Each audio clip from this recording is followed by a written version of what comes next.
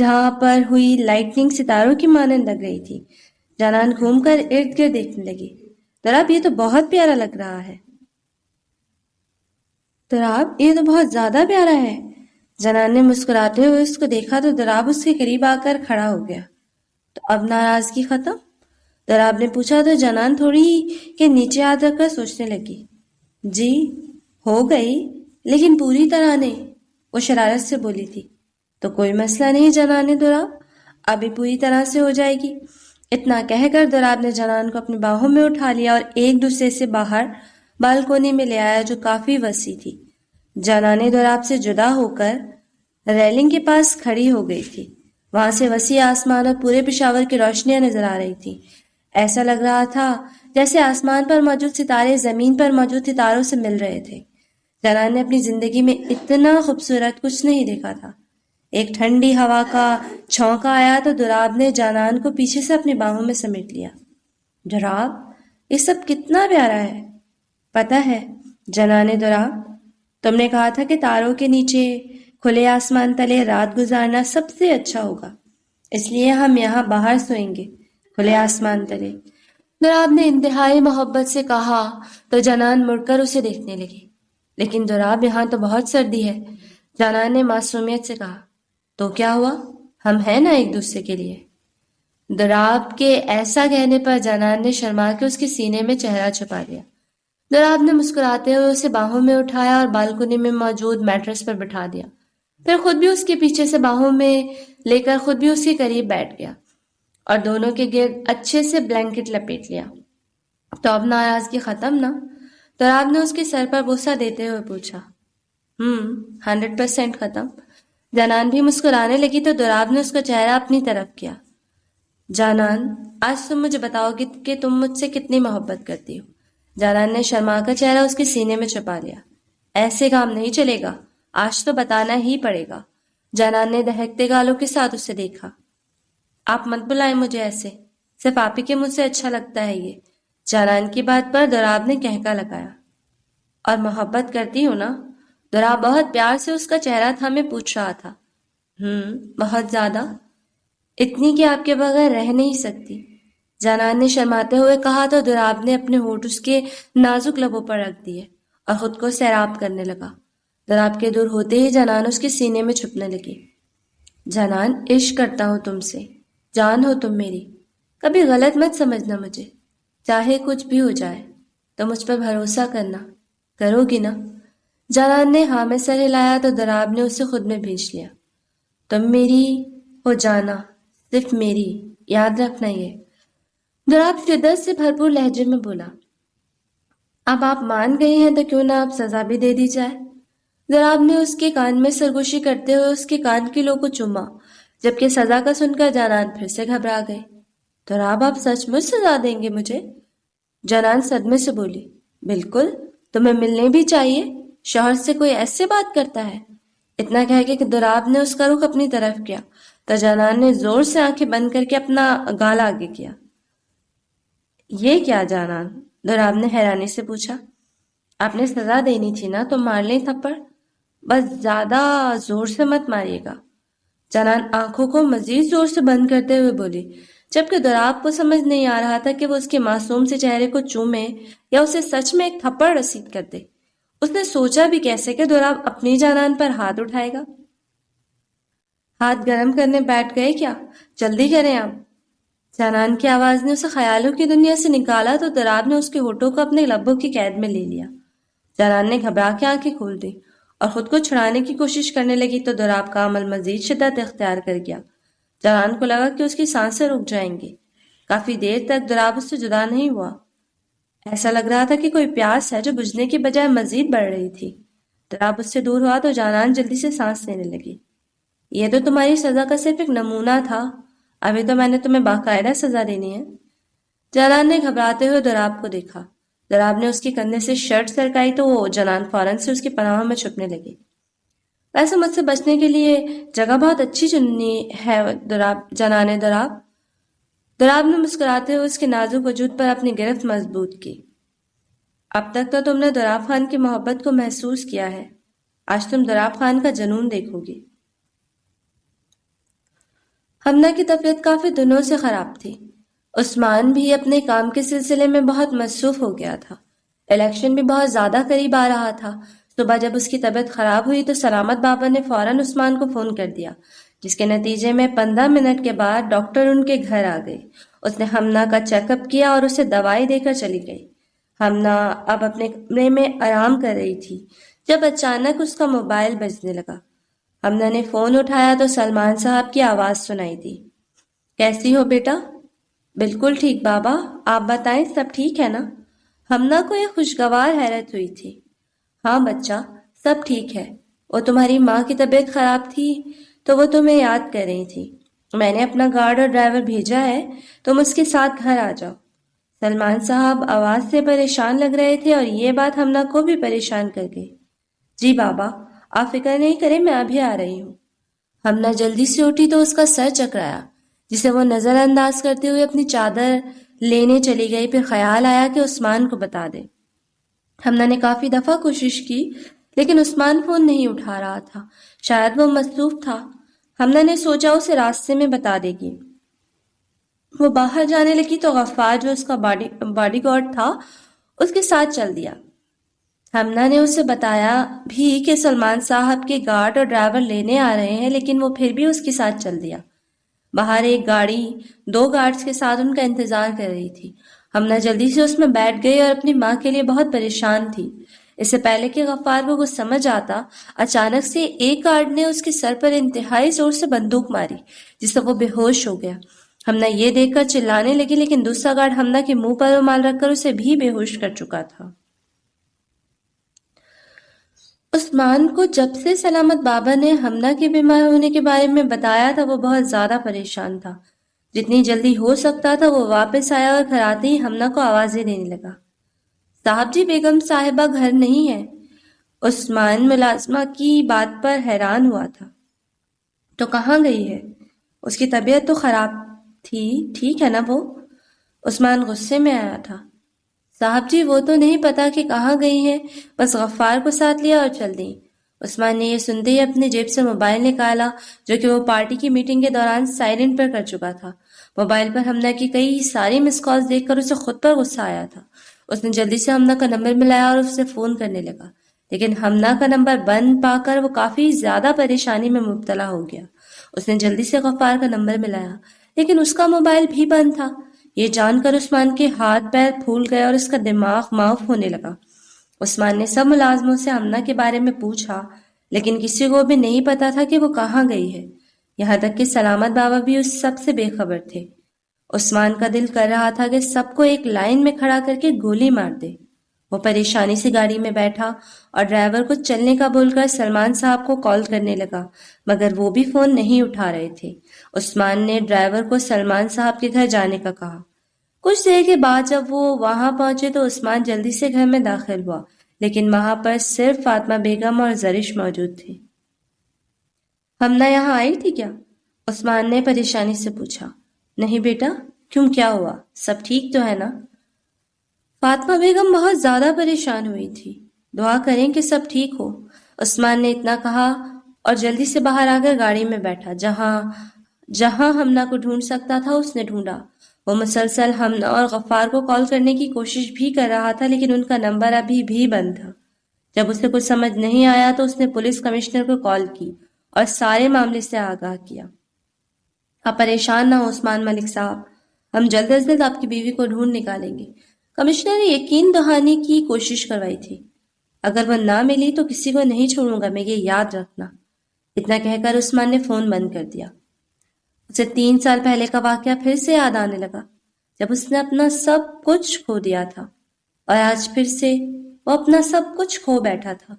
وہ بس اتنا جانتا تھا کہ اگر ہمنا کو کچھ ہوا تو وہ بھی مر جائے گا، اور آج پھر سے اپنے خدا کے حضور دل کی گہرائیوں سے دعا گو تھا۔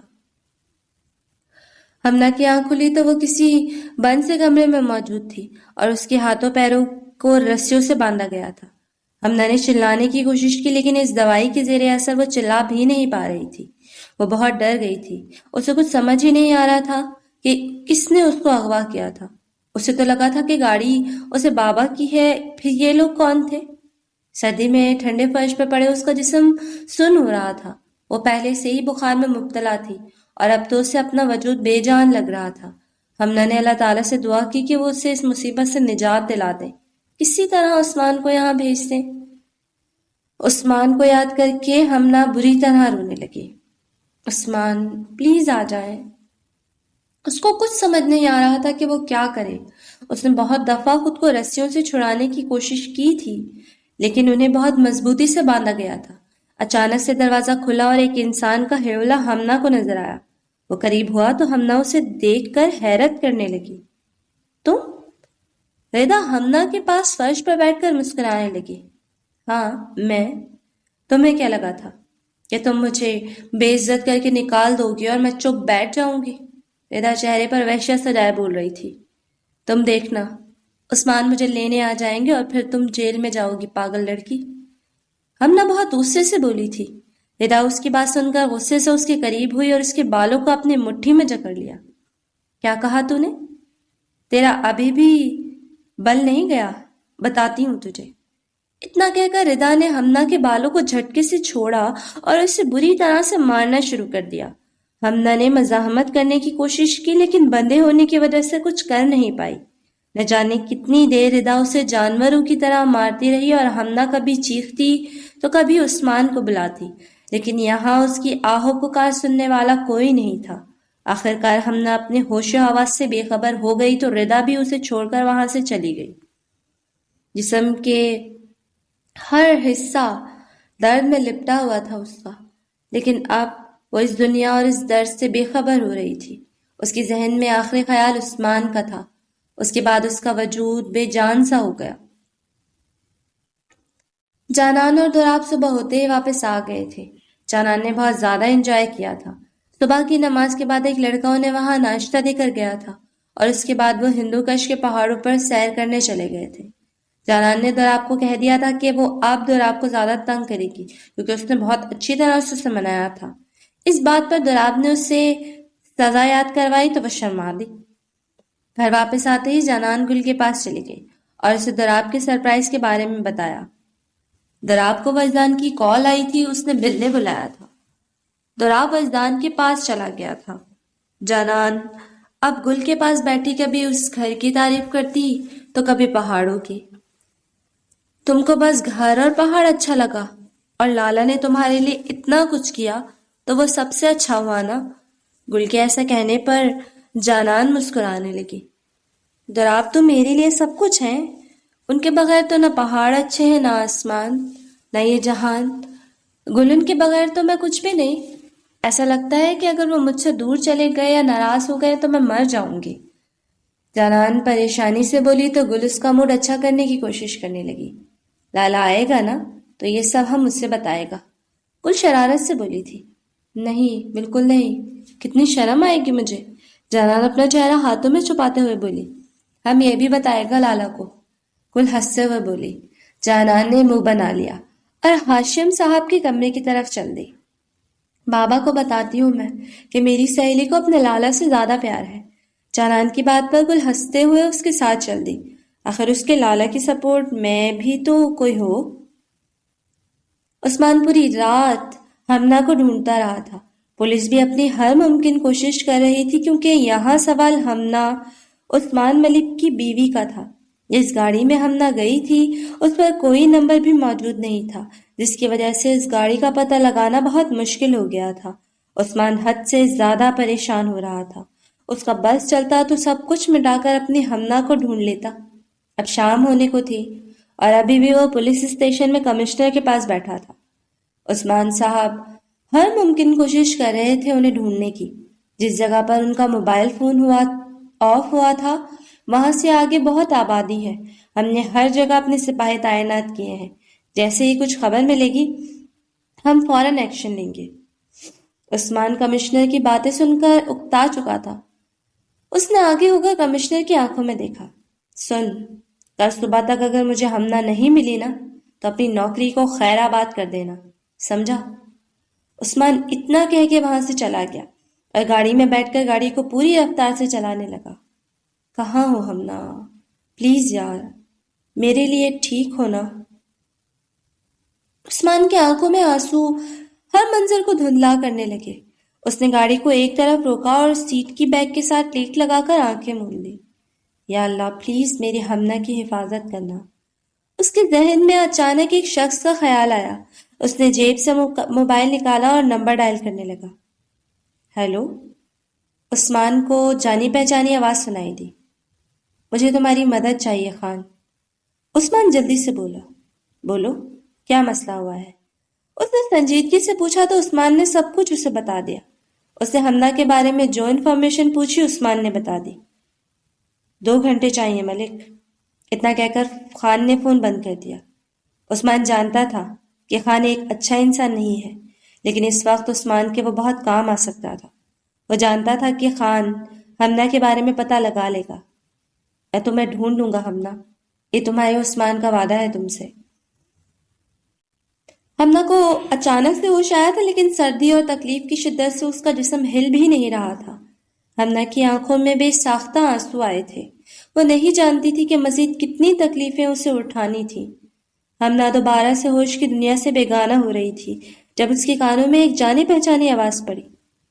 تمہاری ہمت کیسی ہوئی میری بیٹی پر ہاتھ اٹھانے کی؟ سلمان صاحب کی آواز بند دروازے سے آئی تھی، جو ہمنا کے لیے امید کی سب سے بڑی کرن تھی۔ اس نے ہلنے کی کوشش کی تو اس کے وجود میں درد کی لہریں اٹھی۔ اس کے منہ کو باندھا گیا تھا، لیکن پھر بھی ہمنا چلانے کی اور سلمان صاحب کو آواز دینے کی مکمل کوشش کر رہی تھی۔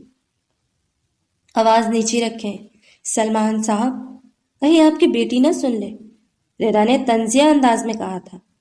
ہمنا اپنے دکھتے جسم کو ہر تکلیف میں مبتلا کر کے دروازے تک پہنچنے کی کوشش کرنے لگی۔ تم ایسا نہیں کر سکتی لڑکی۔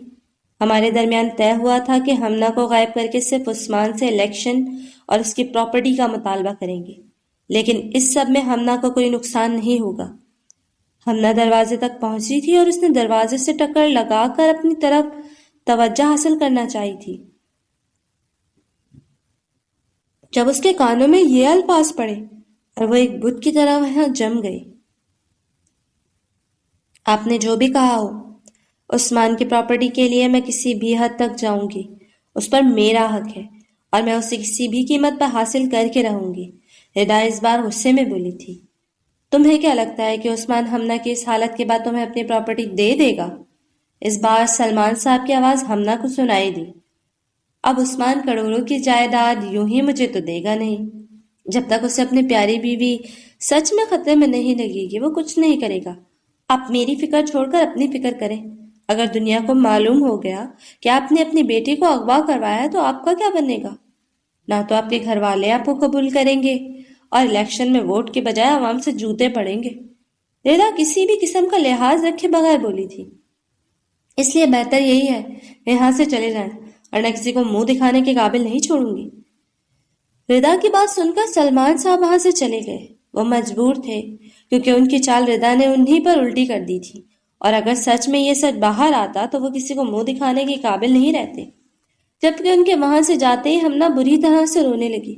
وہ سوچ بھی نہیں سکتی تھی کہ اس کا اپنا باپ اس قدر خود غرض ہو سکتا ہے کہ اپنے مفاد کے لیے اپنی بیٹی کی ساری خوشیاں ختم کرنے کو تیار ہو گیا تھا۔ ہمنا وہیں فرش پر لیٹی روتی جا رہی تھی جب اچانک دروازہ کھلا اور ردا پھر سے اندر آئی۔ تو جاگ گئی تم؟ چلو اچھا ہے، میں نے تمہارے پیارے سے عثمان کو پیغام بھی تو بھیجنا ہے۔ اس نے ہمنا کو بالوں سے پکڑا اور ہمنا کو بری طرح مارنا شروع کر دیا اور اس کے بالوں کو کھینچنے لگی۔ ساتھ آئے آدمی نے کیمرے سے ویڈیو بنانا شروع کر دی۔ عثمان، اگر اپنی پیاری سی بیوی کی سلامتی چاہتے ہو تو اپنی پراپرٹی کے پیپرز بتائی ہوئی جگہ پر لے کر حاضر ہو جانا، اور اگر پولیس کو شامل کیا یا کوئی بھی ہوشیاری کی تو اپنی بیوی کی لاش دیکھو گے۔ وہ آدمی بول رہا تھا۔ ویڈیو کو اس نے یوں بنایا تھا کہ ردا کا چہرہ دکھائی نہیں دیا تھا، صرف اور صرف ہمنا ہی نظر آ رہی تھی۔ کیمرہ بند ہوتے ہی ردا نے ہمنا کے بالوں کو چھوڑا اور زور سے اس کے پیٹ میں لات ماری تھی۔ ہمنا کی چیخ دردناک تھی۔ صبح ہوتے ہی یہ پیغام اس گارڈ کی لاش کے ساتھ عثمان کو پہنچا دینا۔ ردا نے اس سے کہا تو وہ ہاں میں سر ہلاتا باہر چلا گیا، اور ردا بھی اس کے پیچھے دروازے کو لاک کرنے لگی، جبکہ ہمنا اب مکمل طور پر ہوش کی دنیا سے بے خبر ہو گئی تھی۔ اتنی رات ہو گئی تھی اور دراب ابھی تک واپس نہیں آیا تھا۔ جانان کو اکیلے کمرے میں ڈر لگتا تھا، اس لیے وہ ہاشم صاحب کے پاس بیٹھ کر دراب کا انتظار کر رہی تھی۔ آج ہاشم صاحب جانان کو کچھ مختلف لگے تھے۔ وہ جانان سے مسکراتے ہوئے باتیں تو کر رہے تھے، لیکن وہ مسکراہٹ صرف جانان کے لیے ایک دکھاوا تھی، اور یہ بات جانان بھی سمجھ رہی تھی۔ بابا، آپ اپنے بیٹے کو ڈانٹتے نہیں نا، اسی لیے بگڑتے جا رہے ہیں، جانان نے مسکراتے ہوئے کہا تھا۔ بیٹے کو تو میں واقعی ڈانٹنا بھول گیا ہوں، اسی لیے اب اپنی قیمتی چیزوں کی بھی پرواہ نہیں کرتا۔ ہاشم صاحب بالکل صاف لہجے میں بولے تھے، اور اب تک تو جانان بھی یہ سمجھ چکی تھی کہ جب بھی سنجیدہ ہوتے تھے وہ، تو ان کا لہجہ پختون نہیں رہتا تھا۔ جانان ان سے پریشانی کی وجہ پوچھنا چاہتی تھی، لیکن ہمت نہیں کر پا رہی تھی۔ تبھی کمرے میں دراب داخل ہوا۔ السلام علیکم۔ لیں بابا، آ گئے آپ کے بیٹے، اب ڈانٹ لیں انہیں، اور یہ بھی بتائیے گا کہ جانان کو اکیلے کمرے میں ڈر لگتا ہے، اس لیے ابھی تک سوئی نہیں وہ۔ جانان نے گھڑی کی طرف اشارہ کیا جو 12 بجا رہی تھی۔ دراب اس کی بات پر مسکرایا۔ جانان بیٹا، آپ کمرے میں جاؤ، مجھے دراب سے بات کرنی ہے، پھر میں اسے بھی بھیجتا ہوں۔ جانان ہاں میں سر ہلاتی ہوئے وہاں سے چلی گئی، لیکن کمرے کی طرف جاتے ہوئے اس نے سوچا کہ دراب تھکا ہوگا، اس لیے چائے بنا لینی چاہیے۔ وہ اپنا رخ بدل کر کچن میں جانے لگی۔ جانان کے جاتے ہی ہاشم صاحب نے غصے سے دراب کو دیکھا۔ یہ میں کیا سن رہا ہوں دراب؟ تم نے اپنی زندگی اب اس طرح سے خطرے میں نہیں ڈالنی۔ اب تمہارے ساتھ جانان کی زندگی جڑی ہے، اور یقین جانو کہ وہ مجھے تم سے بھی زیادہ عزیز ہے۔ دراب کو ساتھ پر غصہ آیا۔ وہ جانتا تھا کہ یہ سب کیا دھرا اسی کا ہے، کوئی اور راستہ نہیں ہے۔ آپ کیا چاہتے ہیں کہ معصوم لوگوں کی جانیں چلی جائیں؟ دراب نے نرمی سے کہا۔ دراب، ضروری نہیں کہ تم ہی یہ سب کرو، یہ کام سعد اور وجدان پر چھوڑ دو۔ ہاشم صاحب نے اسے سمجھانا چاہا تھا۔ اپنی وجہ سے ان کی زندگی خطرے میں نہیں ڈال سکتا۔ بادشاہ کی دشمنی مجھ سے ہے، ان سے نہیں۔ دراب اب ذرا سا چڑ گیا تھا۔ ٹھیک ہے، پھر جانان کو سب کچھ سچ بتا دو، اور پھر فیصلہ اس پر ہوگا کہ تمہیں کیا کرنا چاہیے۔ یہ بات دراب کو کافی غصہ دلا گئی تھی۔ وہ کبھی بھی نہیں چاہتا تھا کہ جانان کو دارا کے بارے میں کچھ بھی پتا چلے۔ وہ جانان کی نظروں میں تھوڑی سی بھی بے اعتباری برداشت نہیں کر سکتا تھا، اس لیے نہ چاہتے ہوئے بھی اس کی آواز بلند ہوئی تھی۔ آپ کو کیا لگتا ہے کہ میرا سب سے برا روپ دیکھنے کے بعد وہ مجھ سے یوں ہی محبت کرے گی؟ یہ جاننے کے بعد کہ میں غدار، ایک دہشت گرد ہوں جس کی وجہ سے نہ جانے کتنے معصوم لوگوں کی جانیں چلی گئیں، یا یہ بتاؤں اسے کہ میں دارا ہوں جس نے نہ جانے کتنے ہی لوگوں کو بے رحمی سے مارا ہے، اور جو اس ملک کا سب سے بڑا دشمن ہے۔ اس سے پہلے کہ دراب کچھ کہتا، ان کے پیچھے سے کچھ گر کر ٹوٹنے کی آواز آئی۔ دراب نے مڑ کر دیکھا تو وہاں جانان دم سادے اور آنکھوں میں آنسو لیے اسے بے اعتباری سے دیکھ رہی تھی۔ ہاشم صاحب بھی جانان کو دیکھ کر پریشان ہو گئے تھے۔ وہ نہیں جانتے تھے کہ جانان نے کیا سنا تھا۔ جانان، دراب اس کی طرف لپکا تھا۔ جانان کا سر بری طرح سے گھوما۔ اس سے پہلے کہ وہ بے ہوش ہو کر زمین بوس ہوتی، دراب اسے اپنی باہوں میں تھام چکا تھا۔ عثمان کو پتہ لگ گیا تھا کہ حمنا کو کہاں رکھا گیا تھا۔ اپنے وعدے کے مطابق خان نے 2 گھنٹوں میں اسے ساری معلومات دے دی تھی۔ انہوں نے حمنا کو ایک خالی گودام میں رکھا تھا۔ عثمان پولیس کے ساتھ اس گودام کے باہر کھڑا تھا، اور سب خاموشی سے داخل ہو رہے تھے تاکہ ان لوگوں کو پولیس کے آنے کی خبر نہ ہو۔ وہاں پر پولیس کو 5 گنڈے ملے تھے جنہیں پولیس نے بہت آسانی سے زیر کر لیا تھا۔ عثمان اس گودام میں پہنچ کر ہر جگہ حمنا کو ڈھونڈنے میں مصروف تھا۔ سر یہاں دیکھیں، ایک پولیس کانسٹیبل کی آواز پر عثمان بھاگ کر وہاں پہنچا، اور سامنے کا منظر اس کی حواس پر حاوی ہو گیا تھا۔ حمنا فرش پر الٹا گری ہوئی تھی، اور اس کے وجود میں ہلکی سی بھی حرکت نہیں ہو رہی تھی۔ عثمان بھاگ کر اس کے پاس گیا اور اس کا سر اٹھا کر اپنی گود میں رکھا۔ حمنا کا چہرہ بری طرح سے سوجا ہوا تھا، اور اس کے سر سے خون بہہ رہا تھا۔ عثمان کو کچھ سمجھ نہیں آ رہا تھا کہ وہ کیا کرے۔ سر انہیں ہاسپٹل لے کر چلنا چاہیے۔ انسپکٹر کی بات پر عثمان کو ہوش آیا تو اس نے جلدی سے حمنا کو اپنی گود میں اٹھایا اور گاڑی کی طرف بھاگنے لگا۔ پولیس والے بھی اس کے ساتھ تھے۔ عثمان حمنا کو لیے گاڑی کی پچھلی سیٹ پر بیٹھا تھا، اور ڈرائیور بھی پوری رفتار سے گاڑی چلانے میں مصروف تھا۔ حمنا یار، پلیز آنکھیں تو کھولو۔ تم جانتی ہو کہ تمہیں کچھ ہو گیا تو میں مر جاؤں گا۔ عثمان ہمنا کی منتیں کر رہا تھا۔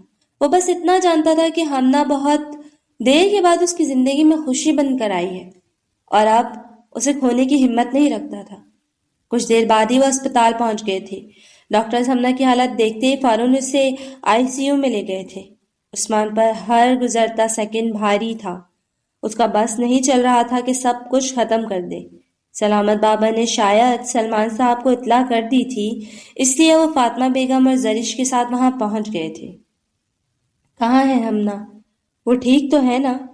عثمان صاحب بیگم فاطمہ روتے ہوئے ان سے پوچھ رہے تھے، لیکن عثمان ایک بت کی مانند کھڑا تھا۔ کوئی جواب نہ پا کر فاطمہ بیگم مزید رونے لگی۔ سلمان صاحب نے فاطمہ بیگم کے کندھے پر ہاتھ رکھا اور انہیں لا کر کرسی پر زرش کے ساتھ بٹھا دیا، جو ایسے لگ رہی تھی کہ ابھی بے ہوش ہو جائے گی۔ ایک انسپیکٹر عثمان کے پاس آیا۔ سر، جن 5 گنڈوں کو ہم نے پکڑا ہے ان سے ہمیں معلوم ہوا ہے کہ انہیں ایک آدمی اور ایک لڑکی نے پیسے دیے تھے میم کو اغوا کرنے کے لیے، لیکن ان کے بارے میں وہ کچھ نہیں جانتے کہ وہ لوگ کون تھے، اور سر وہاں پر کوئی کیمرہ بھی موجود نہیں تھا جس سے ان کا پتہ چلتا۔ آپ کی گارڈز غفار کی بھی ہمیں وہاں سے لاش ملی ہے۔ اب تو میم کے ہوش آنے پر ہی کچھ۔ عثمان نے اپنا ہاتھ اوپر کیا اور اسے مزید بولنے سے روک لیا۔ عثمان کے لیے ہمنا کی صحت سے زیادہ ابھی کچھ ضروری نہیں تھا۔ ایک بار وہ ٹھیک ہو جائے تو وہ انہیں جہنم سے بھی ڈھونڈ نکالے گا اور عبرتناک انجام ہوگا ان کا۔ جبکہ انسپیکٹر کی بات سن کر سلمان صاحب کی پریشانی میں مزید اضافہ ہو گیا تھا۔ ہمنا جانتی تھی کہ اسے سلمان صاحب نے بلایا تھا۔ اگر وہ ٹھیک ہو گئی تو اس کا بچنا ناممکن تھا۔ ان کے دماغ پر اس وقت ہمنا کی خیریت سے زیادہ یہ سوچ سوار تھی۔ کافی دیر بعد ایک ڈاکٹر باہر آئی تھی اور سیدھا عثمان کے پاس چلی گئی۔ عثمان اسے بے چینی سے دیکھ رہا تھا۔ فاطمہ بیگم بھی ان کے پاس گئی تھی۔ مسٹر ملک، آپ کی بیوی پر کافی تشدد کیا گیا ہے، بہت مارا پیٹا گیا ہے انہیں۔ ہم نے مکمل کوشش کی لیکن ڈاکٹر ایک پل کے لیے رکی تھی۔ لیکن کیا؟ عثمان غصے سے دھاڑا تھا۔ سوری مسٹر ملک، لیکن ہم آپ کے بچے کو نہیں بچا سکے۔ بچہ؟ عثمان نے صدمے سے پوچھا تھا۔ اسے لگ رہا تھا اس کی سانسیں تھم جائیں گی۔ جی، آپ کی وائف پریگننٹ تھی۔ عثمان سے اب مزید کھڑا نہیں ہوا جا رہا تھا۔ وہ ایک بار پھر سے سب کچھ کھونے جا رہا تھا۔ اپنا بچہ تو وہ کھو چکا تھا، اور اب ہمنا کیسی ہے؟ پلیز ڈاکٹر، اسے بچا لیں۔ آپ جو چاہیں گے آپ کو ملے گا، پلیز اسے کچھ نہیں ہونا چاہیے۔ عثمان ہاتھ جوڑے ڈاکٹر کی منتیں کر رہا تھا۔ پلیز مسٹر ملک، آپ مجھے شرمندہ نہیں کریں، ہم اپنی مکمل کوشش کر رہے ہیں، آپ بس اللہ سے دعا کریں۔ عثمان کافی دیر بت بنا وہاں کھڑا رہا، پھر ہمنا کی زندگی کا سوچ کر وضو کرنے چلا گیا۔ وہ اپنے رب کے حضور گڑ گڑا کر معافی مانگے گا، اپنی ہمنا کی بھیک مانگے گا اس سے، بالکل جیسے 3 سال پہلے اس نے اپنے باپ کو مانگا تھا۔ دراب ساری رات جاگتا رہا تھا اور جنان کے چہرے کو دیکھتے ہوئے یہی دعا مانگتا رہا تھا کہ جنان اس سے نفرت نہ کرے۔ دور تو دراب اسے خود سے کبھی بھی ہونے نہیں دے گا، پھر چاہے اسے جنان کے ساتھ زبردستی ہی کیوں نہ کرنی پڑے، لیکن وہ اس کی نفرت بھی برداشت نہیں کر سکتا تھا۔ فجر کا وقت ہوا تو دراب جنان کے سر پر بوسہ دے کر نماز پڑھنے چلا گیا۔ نماز پڑھنے کے بعد وہ دوبارہ سے جنان کے پاس آ کر لیٹ گیا اور اس کے چہرے سے بال ہٹا کر اسے دیکھنے لگا۔ اپنے چہرے پر ہاتھوں کو لمس کو محسوس کر کے جنان ہوش کی دنیا میں آئی، اور جیسے ہی اس کی دراب پر نظر پڑی تو وہ خوف سے چیخ مارتے ہوئے اس سے دور ہوئی۔ دراب کو لگا تھا کہ جنان کی نفرت تکلیف دہ ہوگی، لیکن اس کی آنکھوں میں دراب کے لیے یہ خوف اس تکلیف سے بھی کئی گنا زیادہ تھا۔ جانان دراب، میری بات تو سنو۔ دراب بہت نرمی سے کہتا ہوا اس کے قریب ہوا تو جنان بیڈ سے اتر کر ایک کونے میں کھڑی ہو گئی۔ دور رہے مجھ سے۔ جنان کی آواز خوف سے کانپ رہی تھی۔ دراب اٹھ کر اس کے پاس جانے لگا۔ جنان، میری بات تو سنو۔ دراب نے اس کے پاس آ کر اسے اس کے بازوؤں سے پکڑا، جنہیں جنان نے بے رحمی سے چھڑایا تھا۔ ہاتھ مت لگائے مجھے، نفرت ہو رہی ہے مجھے آپ سے۔ میں آپ کو دنیا کا سب سے اچھا انسان سمجھتی رہی، اور آپ کیا نکلے؟ جس نے ایک لڑکی کا فائدہ اٹھائے بغیر نہ صرف اس کی مدد کی تھی بلکہ اس کی حفاظت بھی کی تھی. لیکن مجھے کیا پتا تھا کہ آپ انسان کی شکل میں ایک شیطان ہیں جس نے پتہ نہیں کتنے گھر اجاڑے، کتنے لوگوں کو مار ڈالا. مجھے خود سے نفرت ہو رہی ہے کہ میں نے آپ جیسے حیوان سے محبت کی. جانان اپنے الفاظ سے نہ صرف دوراب کے دل کو بلکہ اس کی روح تک کو چھلنی کر رہی تھی. دوراب نے آنکھوں میں آنسوؤں کو واپس دھکیلتے ہوئے پھر سے کوشش کی. جانان پلیز ایک بار میری بات سن لو. کیا سن لوں؟ آپ کو کیا لگتا ہے کہ وہ سب آپ کے منہ سے سنتے کہ بعد میں آپ پر یقین کر لوں گی؟ کبھی بھی نہیں. کسی اور سے سنا ہوتا تو میں اسے جھوٹا ہی کہتی، مگر اچھا ہوا اپنا سچ آپ خود اپنے سامنے لے کر آئے. جانان وہاں سے جانے لگی تو دوراب نے اس کا ہاتھ پکڑ لیا. پلیز صرف ایک بار میری بات سن لو. دوراب نے بھیک مانگی تھی. نہیں سننا مجھے کچھ، اور نہ ہی میں آپ کے پاس جاؤں گی. میں واپس چلی. جانان کے الفاظ ابھی اس کے منہ میں ہی تھے جب دوراب نے سختی سے اسے اپنی طرف کھینچا اور ایک ہاتھ سے اس کی نازک گردن کو دبوچ لیا. بس اب میں سب کچھ برداشت کر لوں گا، لیکن اگر یہاں سے جانے کی بات کی تم نے تو ٹانگیں توڑ دوں گا تمہاری. دوراب غصے سے دھاڑا تھا. جانان سہم کر اسے دیکھنے لگی، پھر ہمت کر کے بولی، میں آپ جیسے آدمی کے پاس نہیں رہوں گی. میں بھاگ جاؤں گی اور پھر کبھی نہیں ملوں گی آپ کو. دوراب کا دل کیا کہ اس کا منہ تھپڑوں سے لال کر دے. اس نے جانان کا گلا چھوڑ کر اس کے منہ کو سختی سے دبوچا اور خونخوار آنکھوں سے اسے دیکھا. وہ اب اس کا دوراب نہیں تھا، وہ دارا تھا. تم دنیا کے کسی بھی کونے میں چلی جاؤ، دارا تمہیں ڈھونڈ نکالے گا. اگر تم دوراب خان کی محبت اور اس کا عشق ہو تو تم دارا کا جنون اور دیوانگی بھی ہو. یہ تمہارا خواب ہے کہ تم یہاں سے جا سکو گی، اس لیے اسے اپنے چھوٹے سے ذہن سے نکال دو. جانان نے دوراب کا یہ روپ کبھی نہیں دیکھا تھا اور اب وہ اس سے بری طرح سے ڈر چکی تھی. میں آپ سے نفرت کرتی ہوں. دوراب جو جانان کو سب کچھ بتانا چاہتا تھا، اس کے ایسا کہنے پر اسے جھٹکے سے چھوڑ کر وہاں سے چلا گیا.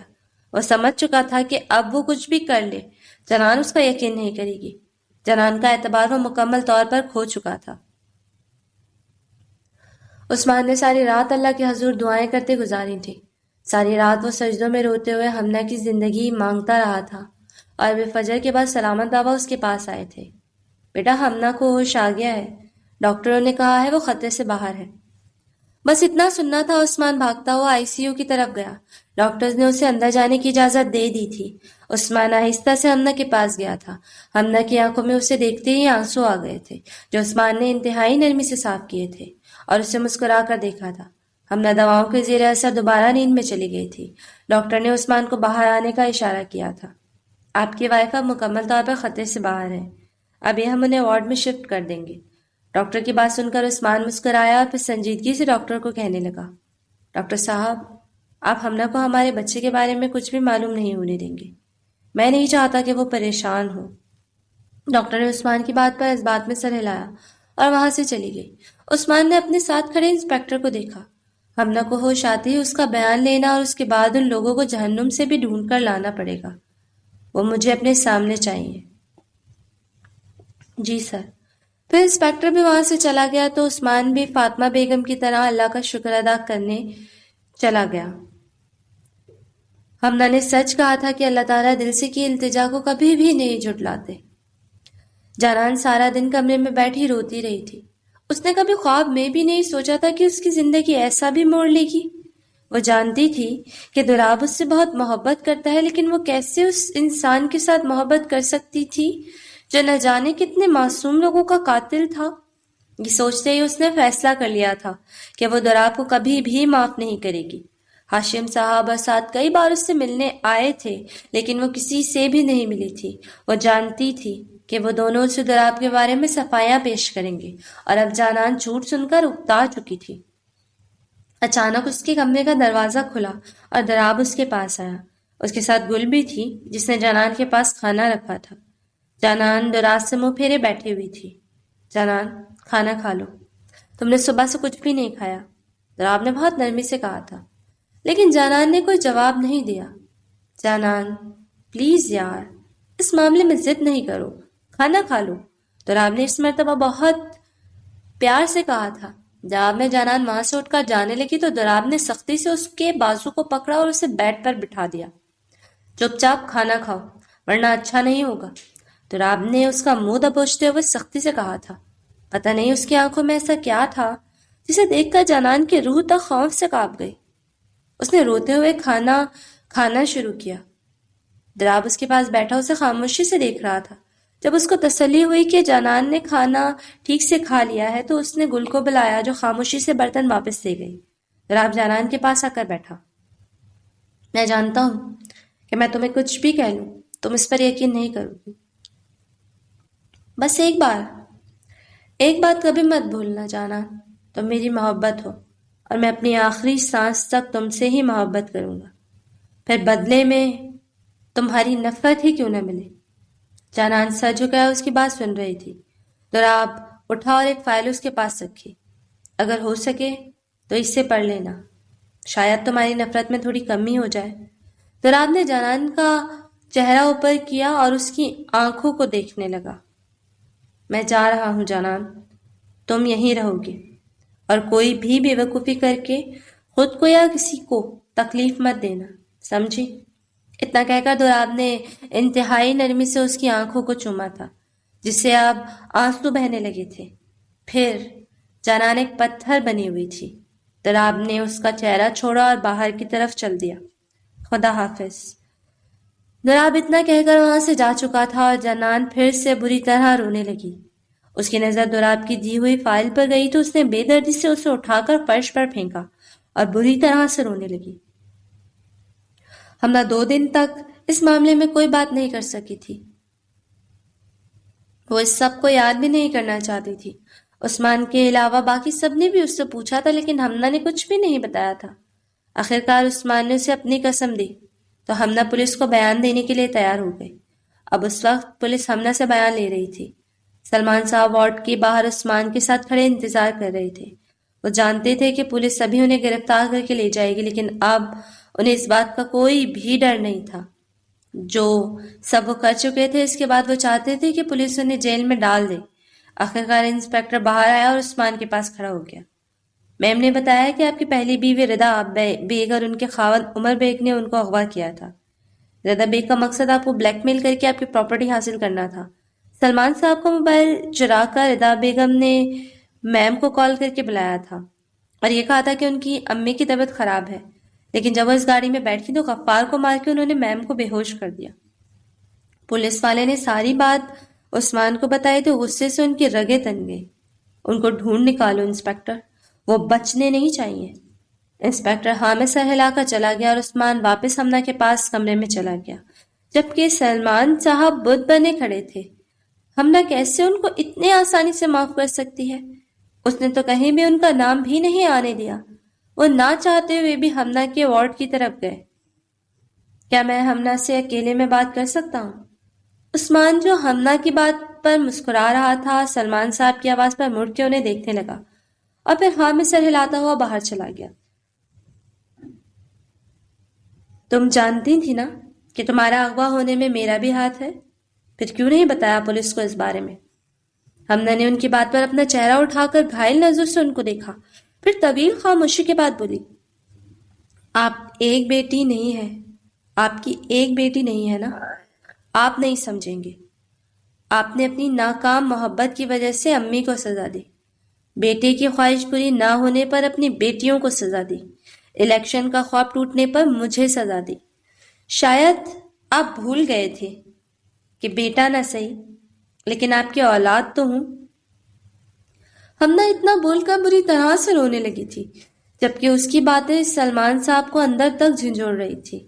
لیکن دیکھیں نا، پھر بھی میں نہیں بھول سکی کہ آپ میرے بابا ہیں، کیونکہ میں ایک بیٹی ہوں جو ایک بیٹی کی طرح خواہش نہیں ذمہ داری ہوتی ہے، لیکن وہ اپنے ماں باپ کو اس دنیا میں سب سے اونچا مقام دیتی ہے۔ میں آپ کو کیسے اس مقام سے گرنے دیتی بابا؟ اس لیے میں نے آپ کو معاف کیا۔ ہمنا روتے ہوئے بولی تو سلمان صاحب اس کے پیروں میں بیٹھ گئے اور اپنے ہاتھ اس کے پیروں پر رکھے جن کو ہٹانے کی ہمنا نے کوشش کی۔ بابا آپ کیا کر رہے ہیں؟ ہمنا پریشانی سے بولی۔ مجھے سزا چاہیے ہمنا، تمہاری معافی کے قابل نہیں ہوں۔ تم کیسے مجھے معاف کر سکتی ہو؟ نہیں، مجھے سزا چاہیے، تم سے صرف سزا۔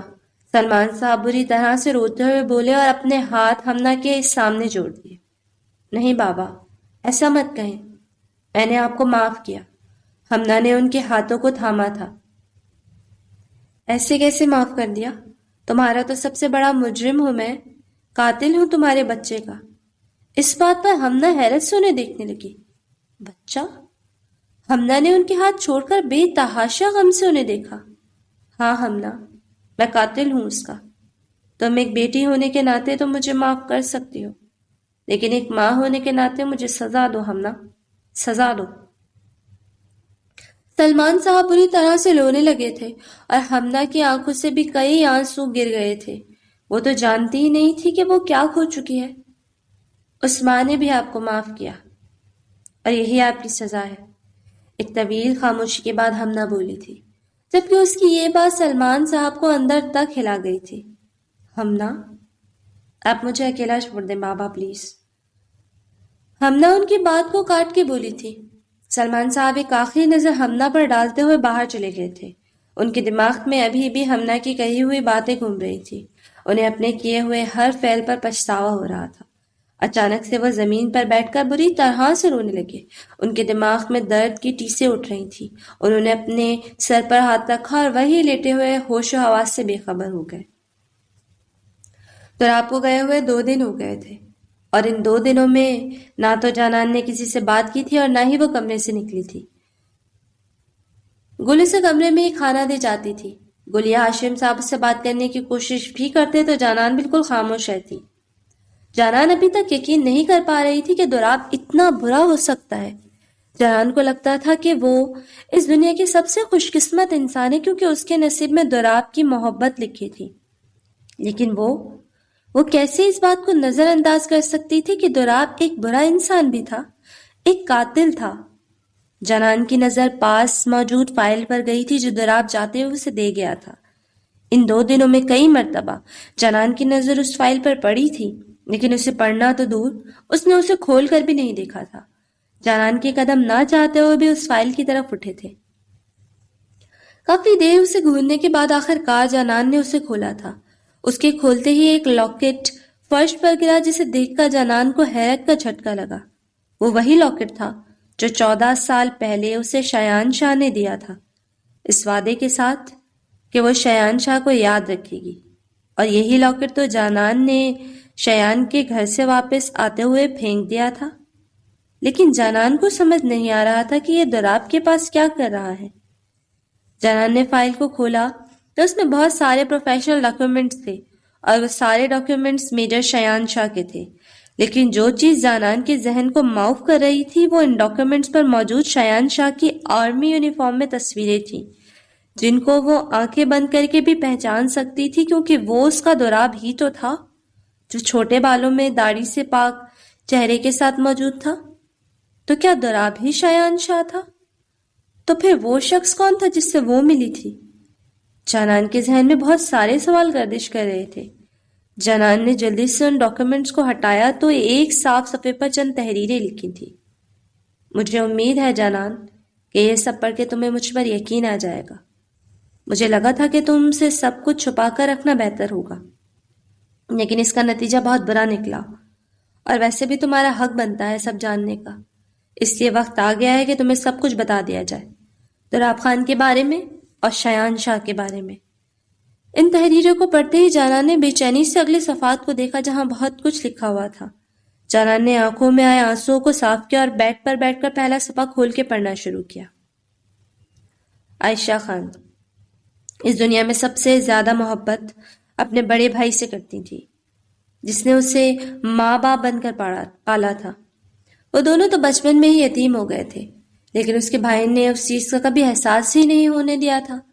لیکن اتنی محبت وہ حسن شاہ سے بھی کرتی تھی۔ حسن آرمی میں کیپٹن تھا اور اس کی پوسٹنگ ان کی یونیورسٹی کی حفاظت پر لگی تھی۔ پہلے تو عائشہ اسے نظر انداز کرنے کی مکمل کوشش کرتی تھی، لیکن حسن کے بے پناہ عشق اور محبت نے عائشہ کے دل کو اس کے لیے پگھلا دیا تھا۔ حسن نے اسے وعدہ لیا تھا کہ وہ اپنے گھر والوں سے بات کریں گے، اور اگر وہ مانے تو ٹھیک، ورنہ وہ دونوں کورٹ میرج کر لیں گے۔ اسے عائشہ کو اس بات پر منانے کے لیے 2 ماہ لگے تھے۔ حسن عائشہ کے معاملے میں کوئی رسک نہیں لینا چاہتا تھا۔ وہ عائشہ سے بے پناہ محبت کرتا تھا اور اسے ہر حال میں پانا چاہتا تھا۔ عائشہ نے بھی فیصلہ کیا تھا کہ وہ اپنے بھائی سے حسن کے بارے میں بات کر کے رہے گی، اس لیے اس وقت وہ ان کے سامنے بیٹھی اپنے ہاتھ مسل رہی تھی۔ کب سے بولا ہے تم نے کہ بات کرنا ہے؟ اب بولو بھی، کیا چاہیے تمہیں؟ ہاشم اس سے بہت محبت سے پوچھ رہا تھا۔ لالا وہ میں ایک لڑکے کو پسند کرتی ہوں۔ وہ آرمی میں کیپٹن ہے اور ہم شادی کرنا۔ عائشہ نے بہت ہمت باندھ کر کہا کیونکہ وہ اپنے بھائی کے غصے اور ضد سے واقف تھی، لیکن ہاشم کے چہرے پر غصہ دیکھ کر اس کی بولتی بند ہو گئی۔ تم پاگل ہو گئی ہو؟ جانتی بھی ہو کہ میں نے تمہاری منگنی اپنے دوست کے ساتھ پکی کر دی تھی اور وہ تم سے کتنی محبت کرتا ہے، اس کا اندازہ ہے تمہیں؟ میں اسے کیا جواب دوں گا کہ منگنی کے وقت میری بہن نے ہاں بول دیا تھا لیکن اب اسے کوئی اور لڑکا پسند آ گیا ہے۔ عائشہ سر جھکائے اس کی باتیں سن رہی تھی۔ منع کر دو اس لڑکے کو۔ اب تمہاری ایک نادانی کی وجہ سے میں اپنے دوست کے سامنے شرمندہ نہیں ہوں گا، سمجھی تم؟ ہاشم اپنی بات ختم کر کے وہاں سے جانے لگا تھا جب اس کے کانوں میں عائشہ کی آواز پڑی۔ میں اس سے بہت محبت کرتی ہوں لالا، نہیں رہ پاؤں گی اس کے بغیر۔ عائشہ بس اپنی یہ باتیں بند کرو، تمہاری منگنی میرے دوست سے ہوئی ہے اور اب 1 ہفتے کے اندر تم دونوں کا نکاح بھی کرا دوں گا میں۔ اس بات پر عائشہ بری طرح سے رونے لگی تو ہاشم اس کے پاس آ کر بیٹھا۔ دیکھو میری گڑیا، یہ لڑکے بس دکھاوے کی محبت کرتے ہیں، زندگی بھر ساتھ نہیں نبھا سکتے، لیکن سلمان کی آنکھوں میں نے تمہارے لیے بے انتہا پیار دیکھا ہے، وہ تمہیں بہت خوش رکھے گا، اس لیے اب میں اس بارے میں کوئی بات نہیں سنوں گا، اور اس جمعے کو تمہارا نکاح ہوگا سلمان کے ساتھ۔ ہاشم اپنی بات کہہ کر جا چکا تھا جبکہ عائشہ وہاں بیٹھی روتی رہی تھی۔ اسے تو لگا تھا کہ اس کے بھائی کی محبت اس کی انا اور ضد سے کہیں زیادہ ہے، لیکن وہ غلط تھی۔ وہ بری طرح سے مات کھا گئی تھی۔ گھر والے تو حسن کے بھی نہیں مانے تھے۔ اس کے گھر والے وڈیروں کے خاندان میں سے تھے اور وہ اس کی شادی خاندان میں ہی کرنا چاہتے تھے۔ اس نے سوچ لیا تھا کہ وہ عائشہ سے کورٹ میرج کرے گا، مگر عائشہ کتنے ہی دنوں سے یونیورسٹی ہی نہیں آئی تھی اور یہ بات اسے پریشان کر رہی تھی۔ لیکن جب اسے پتا چلا کہ عائشہ کا بھائی اس جمعہ اس کا نکاح کر رہا ہے تو وہ برداشت نہیں کر سکا۔ اس نے عائشہ سے بات کرنے کی بہت کوشش کی تھی، لیکن اس کے گھر کا فون پتہ کون اٹھاتا تھا۔ آخرکار ایک دن عائشہ نے فون اٹھایا تو اس نے عائشہ کو گھر سے بھاگ جانے کا کہا۔ عائشہ نے فوراً منع کر دیا تھا، وہ اپنے بھائی کو بدنام نہیں ہونے دے سکتی تھی اور ویسے بھی کل اس کا نکاح تھا۔ حسن نے اسے صاف الفاظ میں دھمکی دی تھی کہ اگر وہ کل اس کے پاس کورٹ میں نہ آئی تو وہ خودکشی کر لے گا۔ اتنا کہہ کر حسن نے فون بند کر دیا تھا، اور جہاں تک عائشہ اسے جانتی تھی وہ ایسا ہی کرے گا۔ ساری رات عائشہ نے رو کر گزاری تھی۔ اسے کچھ سمجھ نہیں آ رہا تھا کہ وہ کیا کرے۔ 2 لوگوں کی محبت میں سے وہ صرف ایک کو چن سکتی تھی اور اس کا فیصلہ وہ صبح تک کر چکی تھی۔ سلمان شیخ کو یقین نہیں آ رہا تھا کہ اس کی محبت اسے ملنے جا رہی تھی۔ عائشہ کو جب اپنے سب سے اچھے دوست کے گھر پہلی دفعہ دیکھا تھا تبھی وہ اس سے محبت کر بیٹھا تھا۔ آخرکار اس کا عائشہ کے ساتھ نکاح ہونے جا رہا تھا۔ سلمان کو تو بہت خوشگوار حیرت ہوئی تھی جب ہاشم نے خود سے نکاح کا پوچھا تھا۔ اسے لگا تھا کہ خوابوں نے اس کے دروازے پر دستک دی ہے۔ عائشہ کے ساتھ منگنی پر تو اس کی پوری دنیا ہی مل گیا تھی اسے، لیکن اب نکاح کی خوشی اسے ہواؤں میں اڑنے کے لیے کافی تھی۔ سب لوگ ہاشم کے گھر بیٹھے نکاح شروع کرنے کا انتظار کر رہے تھے۔ اچانک ملازمہ ہانپتی ہوئی آئی تھی اور انہیں عائشہ کی غیر موجودگی کے بارے میں بتایا تھا۔ ہاشم اور سلمان بھاگ کر اس کے کمرے میں گئے تھے جہاں پر کوئی بھی نہیں تھا۔ ہاشم کو صرف ایک خط ملا تھا۔ بھائی، ہو سکے تو مجھے معاف کر دے، لیکن میں یہ نکاح نہیں کر سکتی۔ میں حسن کے بغیر نہیں رہ سکتی۔ مجھے امید ہے کہ آپ سمجھ جائیں گے، آپ کی عائشہ۔ عائشہ کی یہ حرکت، اس کے الفاظ ہاشم کو اندر تک ختم کر گئے تھے۔ اسے تو لگتا تھا کہ عائشہ کو اس دنیا میں اس سے بڑھ کر کوئی عزیز نہیں، لیکن اس نے اپنے بھائی کی عزت اور محبت کو روند کر کسی اور کو چنا تھا۔ اس کل کے انسان کی محبت کو وہ اپنے بھائی کی محبت پر فوقیت دے گئی تھی۔ سلمان نے ہاشم کے ہاتھ سے وہ خط چھین کر پڑھا تھا جسے پڑھتے ہی اس کے دل کی دنیا اجڑ گئی تھی۔ اس کا دل کر رہا تھا کہ سب کچھ تہس نہس کر دے۔ اس حسن کو جس کی اس نے شکل بھی نہیں دیکھی تھی، وہ اسے قتل کر دینا چاہتا تھا۔ عائشہ ایک شخص کی محبت میں سب کچھ تباہ کر چکی تھی۔ یہ سب کیا ہے ہاشم؟ سلمان نے غصے سے پوچھا تھا، لیکن ہاشم کے پاس کوئی جواب نہیں تھا۔ ہوتا بھی کیسے؟ اس کی سگی بہن نے اس کے بولنے کا اور سر اٹھانے کا حق اس سے چھین لیا تھا۔ آج کے بعد تیرا میرا کوئی تعلق نہیں، سب ختم۔ تم جیسوں کے ساتھ تو کوئی تعلق بھی کسی کو بدنام کرنے کے لیے کافی ہے۔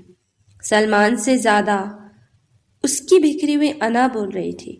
ہاشم کے جھکے ہوئے چہرے پر اور سر پر آخری نگاہ ڈال کر وہ وہاں سے جانے لگا۔ اگر تیری جگہ میں ہوتا نا تو کبھی اس کی شکل بھی نہ دیکھتا، سلمان نے جاتے ہوئے رک کر کہا، اور ہاشم کی ناراضگی کو نفرت میں بدل گیا۔ حسن اور عائشہ نکاح کر چکے تھے۔ جہاں حسن اس نکاح سے بے انتہا خوش تھا، وہیں عائشہ بہت زیادہ ڈری ہوئی تھی۔ وہ نہیں جانتی تھی کہ اب کیا ہوگا۔ اس نے سوچا تھا کہ اس کا بھائی اسے معاف کر دے گا، کیونکہ وہ عائشہ سے بہت محبت کرتا تھا۔ عائشہ کو شرمندگی بھی ہو رہی تھی، مگر وہ کیا کرتی؟ وہ حسن کو مرتے ہوئے بھی تو نہیں دیکھ سکتی تھی۔ حسن عائشہ کے کہنے پر اسے اپنے ساتھ اس کے گھر لے کر جا رہا تھا، حالانکہ وہ ایسا نہیں کرنا چاہتا تھا۔ وہ تو بس اپنے عائشہ کو سب سے دور لے جا کر اپنے پاس رکھنا چاہتا تھا۔ عائشہ گھر پہنچ تو گئی تھی، لیکن اندر جانے کی ہمت نہیں کر پا رہی تھی۔ حسن نے اس کا ہاتھ پکڑ کے اسے ہمت دی اور اس کے ساتھ چلتا ہوا گھر میں داخل ہوا۔ وہیں رک جاؤ۔ وہ دونوں ابھی ہال میں داخل ہی ہوئے تھے جب انہیں ہاشم کی گرجدار آواز سنائی دی۔ کیا لینے آئے ہو اب یہاں؟ اس سے پہلے کہ گولی مار دوں تم دونوں کو، دفع ہو جاؤ یہاں سے۔ ہاشم انتہائی غصے سے بولا تھا۔ لالا، مر گیا تیرا لالا، مار دیا تو نے اسے، اور میں تجھے اپنے جنازے میں شرکت کی اجازت بھی نہیں دوں گا۔ عائشہ کی بات کاٹ کر ہاشم انتہائی غصے سے بولا تھا، جبکہ عائشہ کے اس کے ایسا کہنے پر تڑپ اٹھی تھی۔ وہ بھاگتے ہوئے ہاشم کے پاس گئی اور اس کے پاؤں پکڑ لیے۔ مجھے معاف کر دے لالا، خدا کے لیے معاف کر دے۔ عائشہ بری طرح سے رو رہی تھی۔ ایک پل کو ہاشم کے دل میں اپنی بہن کی محبت بہت زور و شور سے سنائی دی، لیکن اس کو ہاشم کی انا نے بے رحمی سے ڈھانپ دیا۔ ہاشم نے سختی سے اپنے پاؤں سے چھڑائے تھے۔ نہیں معاف کروں گا تجھے عائشہ، کبھی بھی نہیں۔ اس لڑکے کو لے اور یہاں سے دفع ہو جا۔ آج کے بعد اگر سامنے بھی آئی نا میرے تو جان لے لوں گا خود کی۔ لالا۔ عائشہ اس بات پر تڑپ اٹھی تھی، لیکن ہاشم بے دردی سے اسے خود سے دور کر کے وہاں سے جا چکا تھا۔ حسن نے یہ سب کیسے برداشت کیا تھا یہ وہی جانتا تھا۔ اگر وہ عائشہ کا بھائی نہ ہوتا تو اس کی عائشہ کو اتنا رلانے کے لیے وہ اسے مار چکا ہوتا۔ حسن روتی ہوئی عائشہ کے پاس آیا اور اسے بازوؤں سے پکڑ کر کھڑا کیا تھا۔ چلو عائشہ۔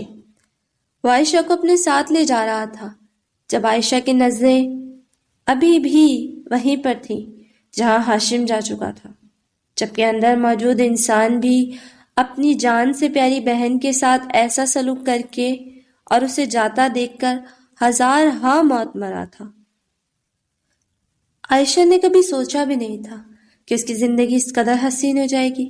وہ تو ڈرتی تھی کہ حسن اپنے وعدوں کو پورا نہیں کرے گا، لیکن حسن نے اس سے صحیح معنوں میں ملکہ کی طرح رکھا ہوا تھا۔ حسن کے ماں باپ نے اسے تو معاف کر دیا تھا، لیکن عائشہ کو قبول نہیں کیا تھا۔ حسن کو اس سے کوئی غرض بھی نہیں تھا۔ اس نے عائشہ کو لاہور علیحدہ گھر میں رکھا ہوا تھا اور کبھی کبھار اپنے گھر والوں سے ملنے کراچی چلا جاتا۔ عائشہ نے ہاشم سے کئی بار معافی مانگنے کی کوشش کی تھی، لیکن وہ ہمیشہ اسے نظر انداز کرتا رہا، جس کی وجہ سے عائشہ بہت زیادہ دکھی ہو جاتی تھی۔ اس لیے حسن نے اسے وہاں لے جانا چھوڑ دیا۔ پھر ان کی زندگی میں شیان کی آمد ہوئی، جس نے ان کی خوشیوں کو چار چاند لگا دیے تھے۔ شیان کی پیدائش عائشہ کے لیے کافی مشکل ثابت ہوئی تھی۔ ڈاکٹر نے بتایا تھا کہ عائشہ کے لیے پھر سے بچے کی پیدائش خطرناک ہو سکتی ہے اور اسے ڈپریشن سے جتنا دور رکھا جا سکے اتنا بہتر ہے، لیکن حسن کی سچی محبت نے اس پر غموں کا سایہ بھی نہیں آنے دیا۔ ایک دن حسن اپنے ساتھ ایک دوست کو لے کر گھر آیا تھا۔ عائشہ حیران ہوئی تھی کیونکہ حسن کبھی بھی کسی غیر کو گھر نہیں لاتا تھا، لیکن حسن کے ساتھ سلمان کو دیکھ کر بہت زیادہ پریشان ہو گئی تھی۔ عائشہ، یہ میرے کافی اچھے دوست ہیں، سلمان شیخ، اور سلمان یہ ہے میرا وہ جہان جس کی میں تم سے باتیں کرتا تھا۔ حسن نے عائشہ کے کندھے پر ہاتھ رکھتے ہوئے کہا تھا۔ قابل رشک ہے تمہاری زندگی۔ سلمان نے کہا تو حسن اس پر نظریں جمائے بیٹھا تھا، اور عائشہ ابھی خود کو اس کا مجرم سمجھ رہی تھی۔ چلو آؤ بیٹھو، ابھی تو میں تمہیں اپنے صاحبزادے سے ملواتا ہوں۔ حسن مسکراتا ہوا کمرے کی طرف چلا گیا۔ سلمان نے ایک نظر عائشہ کو دیکھا جو سر چکائے کھڑی تھی۔ سلمان، وہ نہیں عائشہ، تمہیں کوئی بھی صفائی دینے کی ضرورت نہیں ہے۔ تم خوش ہو، میرے لیے یہی کافی ہے۔ میرے کافی خواب تھے تمہیں لے کر، پر کوئی بات نہیں، جو خدا کو منظور۔ اس لیے میں یہی چاہوں گا کہ تم پرانی باتیں بھلا کر خوش رہو، اور ہم دوست تو رہ ہی سکتے ہیں نا؟ سلمان نے مسکرا کر کہا تو عائشہ بھی مسکرانے لگی۔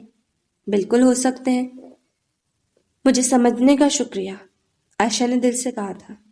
ارے تم لوگ ابھی تک وہیں کھڑے ہو، آ کر بیٹھو یہاں۔ حسن شایان کو لے کر باہر آیا تھا۔ سلمان اس کی طرف چل دیا تو عائشہ بھی مسکراتے ہوئے ان کے پیچھے چل دی تھی۔ سلمان کی باتوں نے اسے مطمئن کر دیا تھا۔